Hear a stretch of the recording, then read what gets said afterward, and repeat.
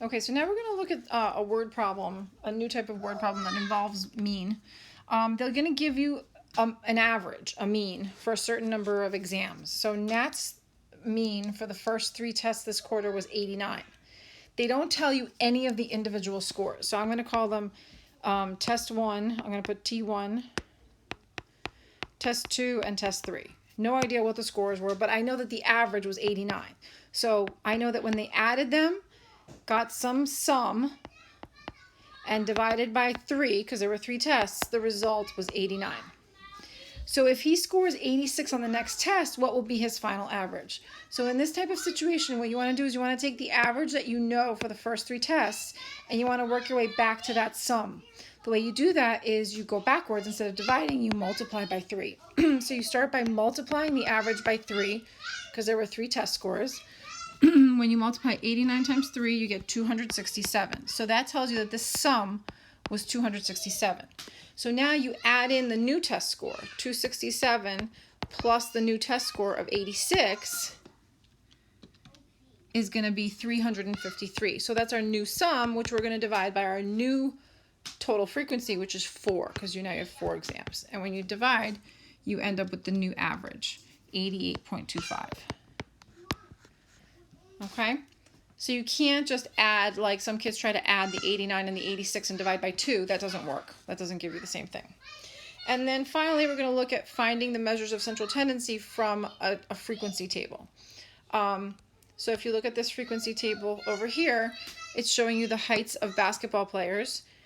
So this is telling me that there were 3 basketball players that were 77 inches tall. There were 7 basketball players that were 76 inches tall, etc., etc. To get the mean, you have to multiply each height by its frequency. So there are 3 77-inch tall basketball players. So 77 times 3 plus 76 times 7 plus 75 times 2 plus 74 times 3 plus 73 times 1, which is 73, plus 72 times 0, which is 0, plus 71.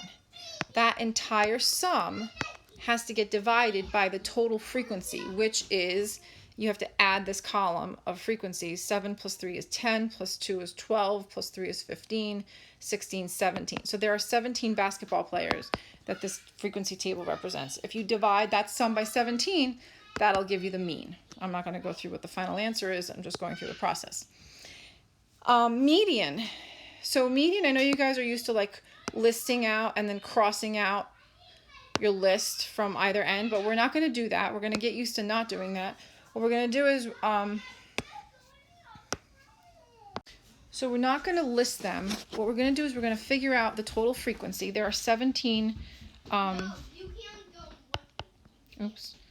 there are 17 basketball players. I got that by adding the frequency column.